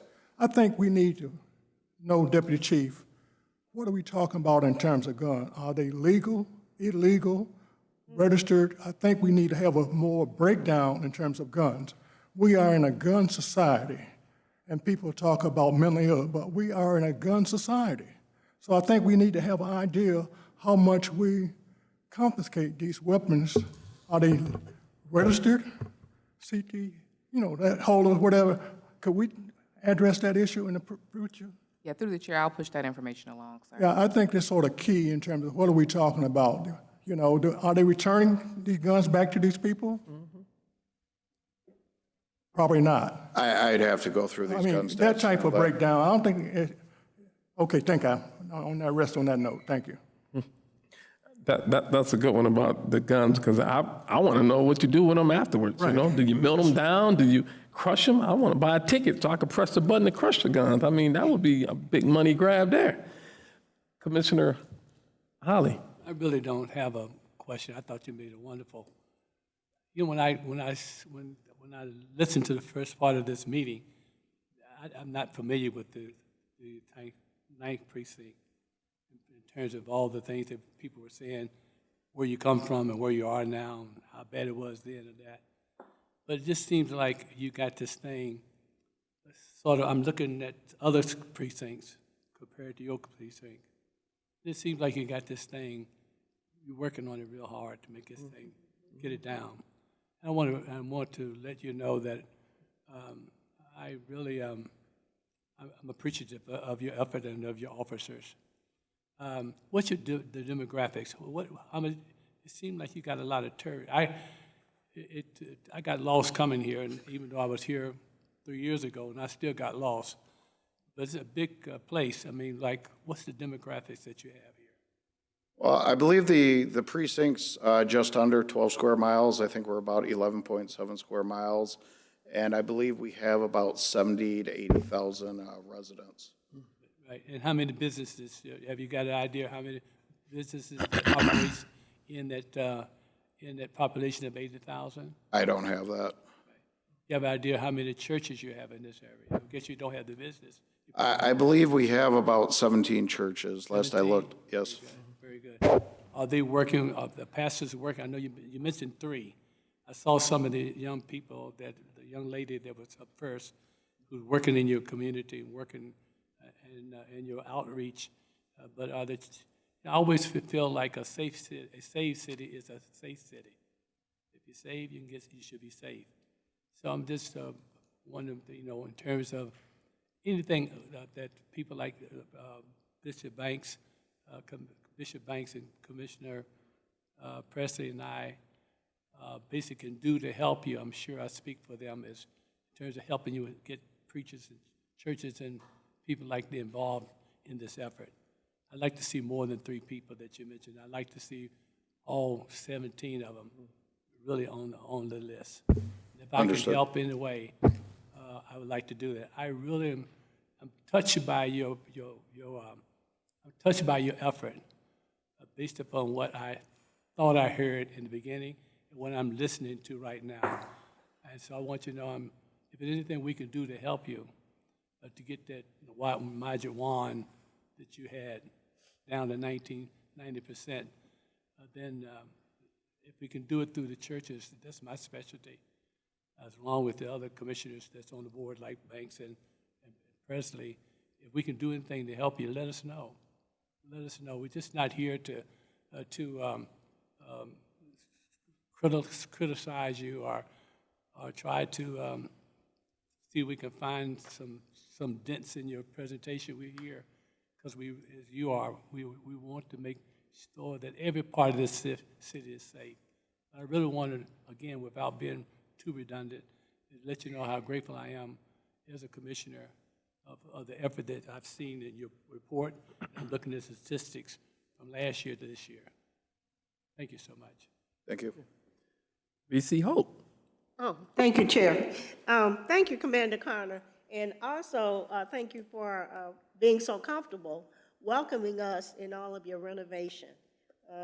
Last Thursday, I believe it was, Commissioner Hernandez brought the subject up that you were, in fact, engaging in the renovation. Okay, you said February the 18th is when you're going to have your Black Family Development Luncheon? Correct, that one's at 10:30 a.m. And then we have the senior, I think is that a bingo thing? Yeah, it's a senior bingo tournament, I guess, on the 18th at 1:30. And that too will be at the, through the chair, that too will be at the precinct? Yes. Thank you. You mentioned a young, you mentioned a young person that apparently you've been mentoring or been involved with, will be graduating the academy on the 17th. Did I understand that? Yes. Okay, let me say this. The academy now is involved in CIT training, which is to train those law enforcement members who volunteer to receive the training so that they know how to help to de-escalate a situation involving a citizen that's in a mental crisis. This training, I went to the academy Monday, this week, and I saw 2 potential, because you know you have to volunteer first of all, and then your supervisor has to okay that application. I saw 2 candidates that I believe will be almost perfect for the for the opportunity. Because now in their example, obviously, they're just in studying. But these two cadets were so focused, they asked some of the most sophisticated questions. So I'm hoping that one, it was a female and a young male, and I'm hoping the young man that you referenced earlier will align himself up so that he can volunteer. They have to be in probation for a year, the cadets. But after then, if they volunteer, and I guess the supervisor is okay. The CIT training, crisis intervention training, is world-renowned as it relates to the city of Detroit. And hopefully we'll see more of that intervention as it relates to situations that need to have that kind of intervention. Commissioner Bernard. Excellent report, Commander. I look forward to working with you in the future. If there's anything I can do for you, either as a commissioner or as a lawyer, did want me to come talk to kids or do anything like that, I'd be happy to do that. I want to help you in any way that I can here in the 9th Precinct. Thank you. It's my community, you're my people. That's the way I feel about it. So let me know. Thank you. Thank you. Commissioner Presley. Thank you, Chair. Through the Chair, Commander, excellent presentation. I have two questions. The first one is relative to mental health runs. What kind of capacity does the 9th Precinct have in running, addressing those mental health runs? And is there anything that we can do to assist? We're very well equipped at the 9th Precinct. So we do run a 98 car. Excuse me. That car is staffed by 2 police officers who have both went through the CIT training. We also have a mental health professional in that car. They receive a lot of additional training. We also have a supervisor respond out to any type of mental health police run. So we not only have our CIT car that responds, we also have a supervisor responding with them if that's happening after that unit's tour of duty. So a supervisor will respond to any scout car responding to a mental run. So they have to stand by, and a supervisor has to go to that run with them just for the extra checks and balances. Excellent. My second question has to do with the fact that a lot of the citizen complaints that we receive rely on body-worn camera footage. And we have found that, in certain instances, there's been a challenge with having enough for each precinct. And then there are also these other circumstances that we've been made aware of where officers aren't able to turn on their body-worn camera footage. And so I'm just wondering, from the 9th Precinct, is that something that you see as an issue, officers wearing and utilizing their body-worn camera footage, or is there overwhelming adherence to the policy? No, I don't find that to be a big challenge at the 9th Precinct. We have occasional battery life issues.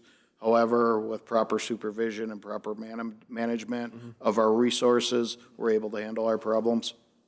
Okay, great. Thank you. Yes, good. Commissioner Banks. Thank you. Through the chair, peace and blessing to you, Commander. You were promoted about 6 months ago through the Board of Police Commissioners. How are you adjusting to your new position as a commander of the 9th Precinct? How are you making the adjustment? How's your adjustment coming? The adjustment's coming well. I have a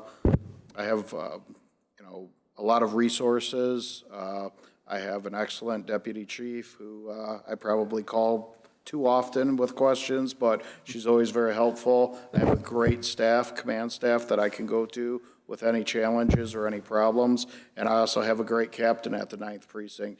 Unable to be here, he's feeling under the weather, but Captain Purifoy is a great asset to the 9th Precinct as well. Okay, I got one more. The 9th Precinct came a long way. I don't know, no, you weren't there when it was one of the worst zip codes in the world, 205, I don't think. But anyway, it had made a lot of progress, great work ethic. And where are the I know you were mentioning that it's still, you still want to improve.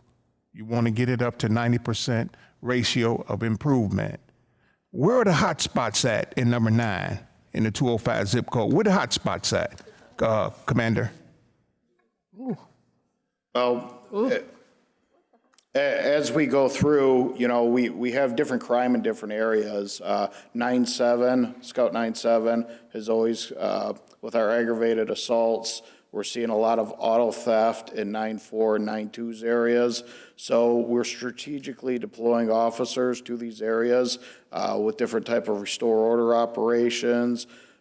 We have task force operations with commercial auto theft section, so we can address some of these stolen vehicles.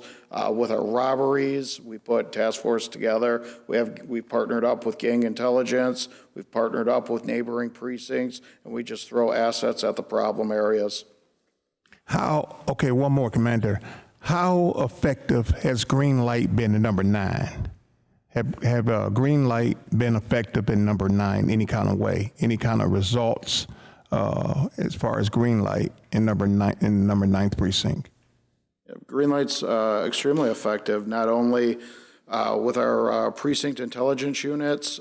We have analysts monitoring these businesses 24 hours a day. Our precinct intelligence unit is staffed 24 hours a day, 7 days a week. They're monitoring green light locations. Green light video has been helpful in numerous crime scene investigations. So it's a great partnership. I'm all set, Mr. Chair. Thank you, Commander. Thank you.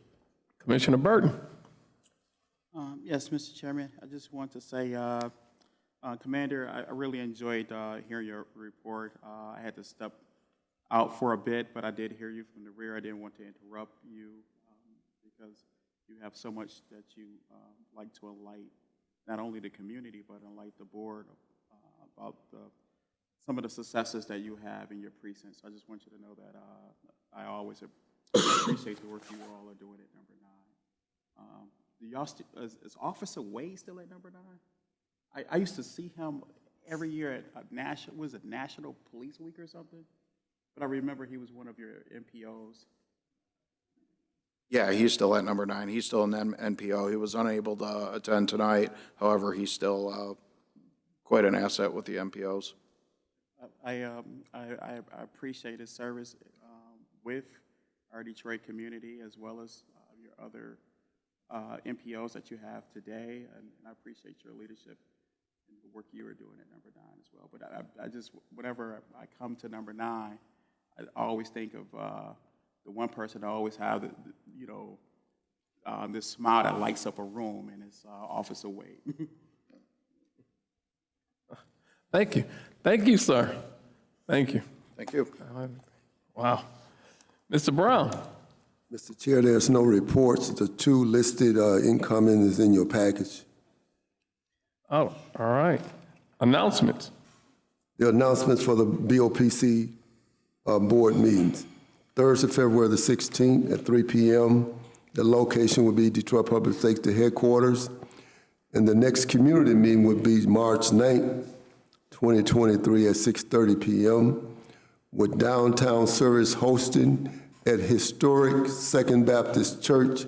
That address is 441 Monroe Street.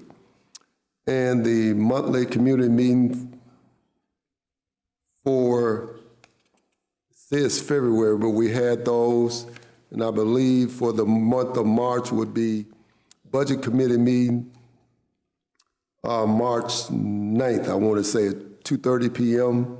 Policy Committee meeting, March 9th at 3 p.m. Citizen Complaint Committee meeting, March 9th at 3:30 p.m. And Personnel and Training would be this Friday, but they have a meeting March 9th also at 3:30 p.m. And Mr. Chair, that's all the announcements. That's all the announcements. So that would be not March the 9th. That'll probably be March the 8th. March 8th, okay. It'll be March the 8th. All right. I have an announcement. Oh, committee report, that's right. VC. Mayor? Yes, Okay, go right thanks. ahead. Last night, the chair and I attended the Detroit Election Official Compensation Commission meeting. They adopted a resolution, and I'll read parts of the resolution for the sake of time. Whereas Section 3-107 of the 2012 Detroit City Charter provides that the elected officials of the city of Detroit are the mayor, the 9 city council members, the city clerk, and the 7 elected members of the Board of Police Commissioners. Again, in part, whereas in accordance with Section 2-2-3 of the 2019 Detroit City Code, the Detroit Elected Officials Compensation Commission may recommend adjustments to the salaries of city elected officials, subject to the City Council rejection through adoption of a resolution by 2/3 vote within 30 days after the filing of the Commissioner's determination with the City Clerk. Now, what has happened in the case of the Board of Police Commissioners, even though you can see that the Detroit Election Official Commission, Compensation Commission, has some regard for us as an elected body.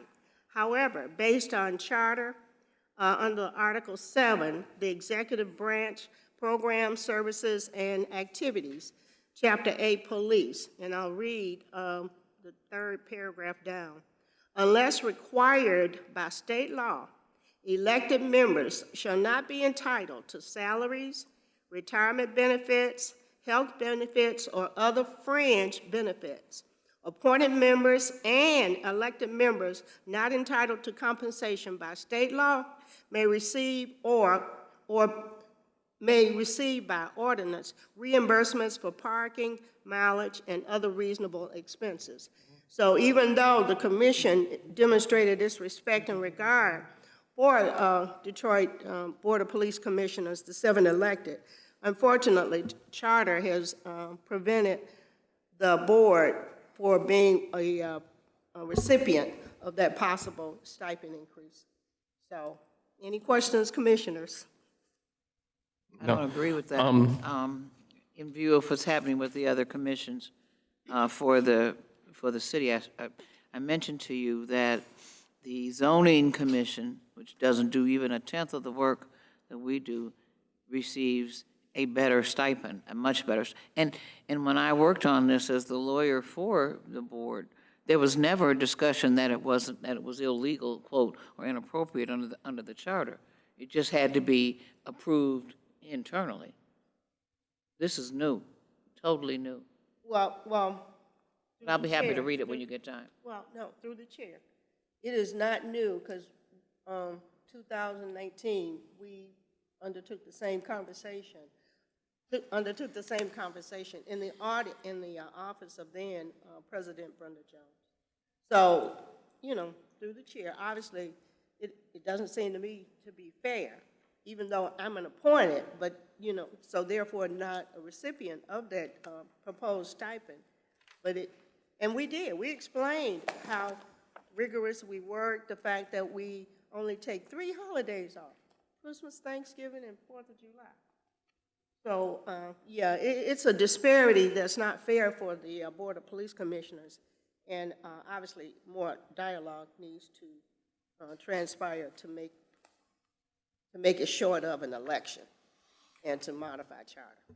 Yes, so I'm going to let the commissioners know I'm still fighting for this. I'm not going to give this up. Still fighting for it. So I just want you to know this is not a done deal so far. The department, as I said at our last budget meeting, Mr. Chairman, could allocate resources to the commission. Not only that, if the commission had a grant writer, we could apply for funds in order to support the mission of the commission.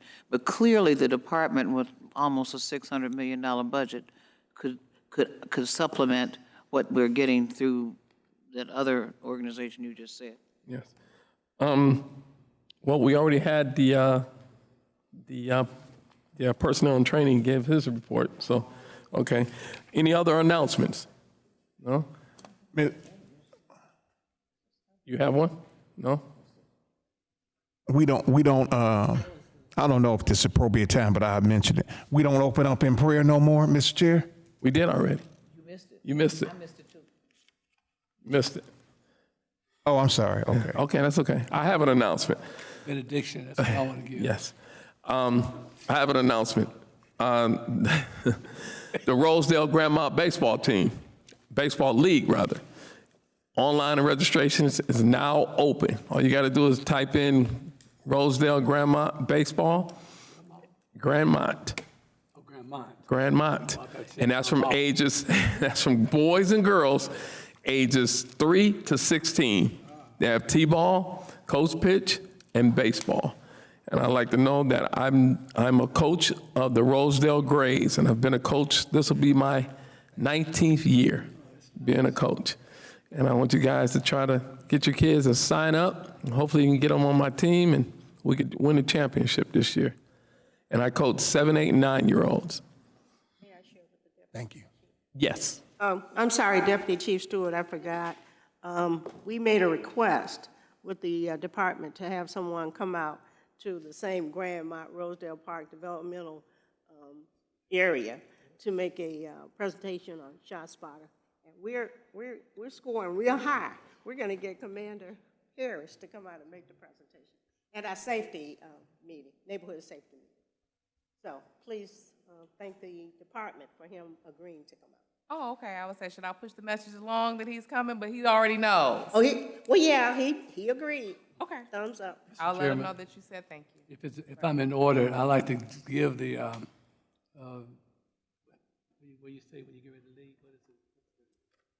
Oh, not yet. We still got new business. Oh, I'm sorry. We got new business. We already did the new business for the committee reports. So now, go ahead, sir. I wanted to put something out on new business, or I can go. Yes, go ahead. Hang on. New business? For new business, I like to put a motion out that I like to move that we put a hold.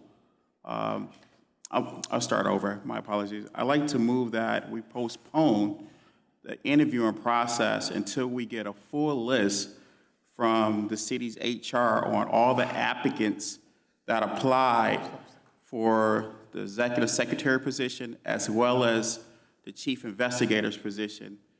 We just learned that there are people that apply for the position, and right now we have a short list that commissioners went through, but we did not get the full list. We don't know how individuals ranked along that list, but for full transparency and accountability and to protect this board from possibly future lawsuits, it's best that we get that list and that we work off the full list instead of doing something prematurely that we may regret later. Is there a second? Hearing none? Yes, I'll support that. We should know what I don't support. Is that a second? Yes. You second it? Yes. Any discussion?